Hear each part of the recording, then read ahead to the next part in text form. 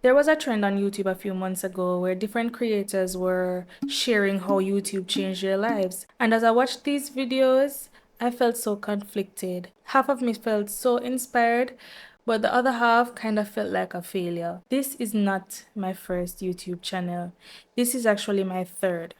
Well, one of them was like a throwaway channel where I thought I could do YouTube tips. I started YouTube back in 2020 after I was inspired by a YouTube couple channel from Jamaica called King and Shay. And watching them made me realize that I didn't need to have the perfect circumstances before I started, and that doing YouTube was actually possible for somebody like me. I didn't have a good phone back then. What I had was a Samsung A8, which if you know what a Samsung A8 is, I don't think the quality would have been good enough to, well, I didn't think at the time that the quality would have been good enough to start a YouTube channel. But I watched so many videos where they were saying that the only thing that you needed to start was a phone. So I decided to invest in what was the latest iPhone at the time, the iPhone 11. I couldn't go up to a Pro or a Pro Max, but I invested in the newest iPhone at the time. And to my surprise, my first video was still trash.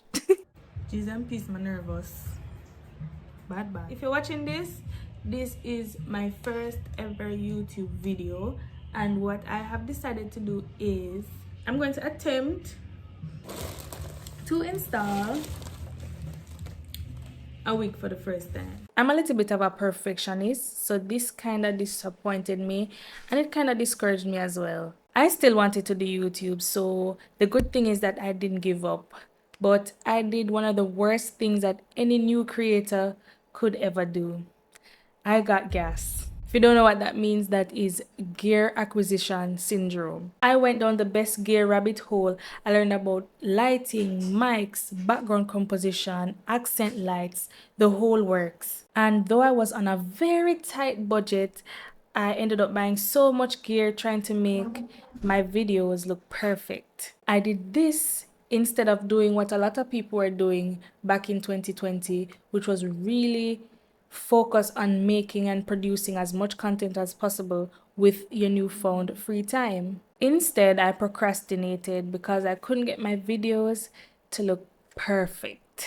And all this time that I was buying all this stuff, I didn't even have any idea or a clear idea of what I wanted my YouTube channel to be about. I did everything from makeup tutorials, challenges, I did vlogs, I did social commentary, I did gear reviews, I did it all. And when I did have a video, it would take me like a month to get it published because I didn't make the time to prepare and film them. I was so focused on the visuals that I didn't take the real time that I needed to learn the platform.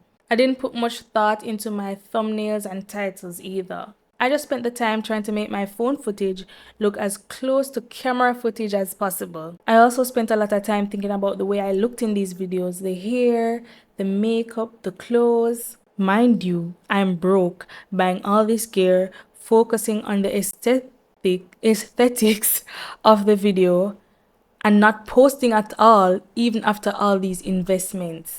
I would go months without posting at all, and then I would pop up out of the blue with a crappy video or two and then go radio silent for another 6 months. I even took a year off of the channel once. Life was still happening around me, so my mental health took several hits within these time periods, and this caused me to procrastinate even more. All these things combined meant I had little to no growth after 3 whole years on YouTube. But surprisingly, even with all these things happening, I never once felt like I didn't want to do YouTube anymore. So in 2023, I started the year with a new fire. I had so many ideas. I finally decided on a video topic or a channel topic. I felt comfortable with my video setup. Everything was perfect. Then I found out that I was pregnant. My pregnancy was not the best, especially in the first trimester. I had very intense nausea and vomiting, which was called HG, hyperemesis gravidarum. I had to be at the hospital. I went to get drips to be rehydrated. It was a lot. And so I stopped filming altogether. I don't want you to misunderstand my video title because I know that the reason why I failed on the platform was all me. The platform did not fail me.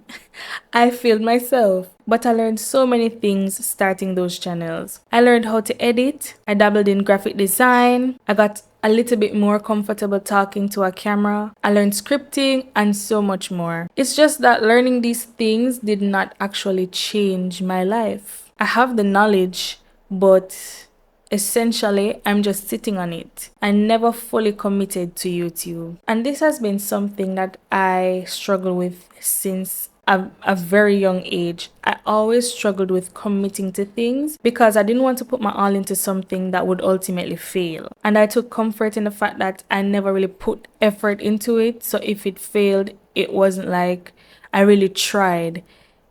It would hurt me even more to try something and then it not succeed. The older I get and now that I'm a parent, that sentence is so scary to me. Having a baby could be another excuse to not commit.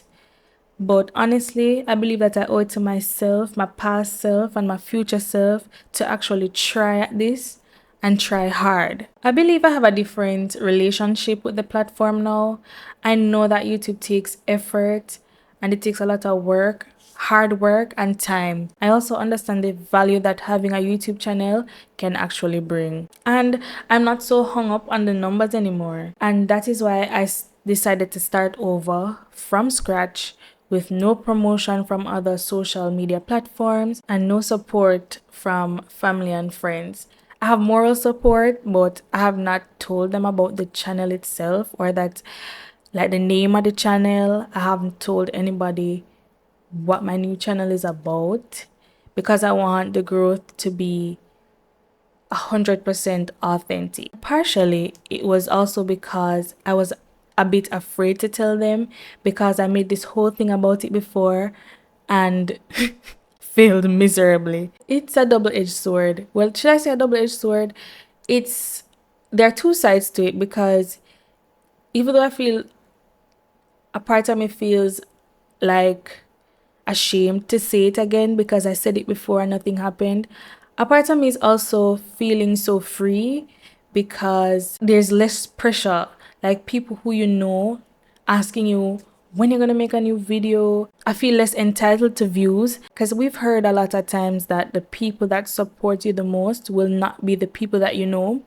But when I started before, I felt salty if somebody I knew did not watch my videos. I don't have that to deal with anymore. I just want to see what it really looks like to grow from scratch. And I know exactly what I need to do. I have all the gear that I need. I have the space in my home. Kinda. What I'm touching right here is my baby's crib.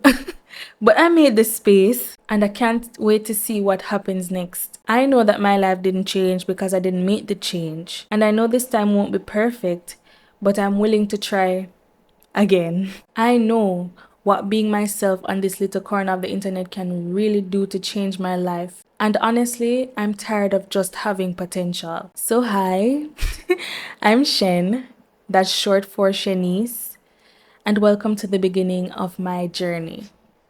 For real this time.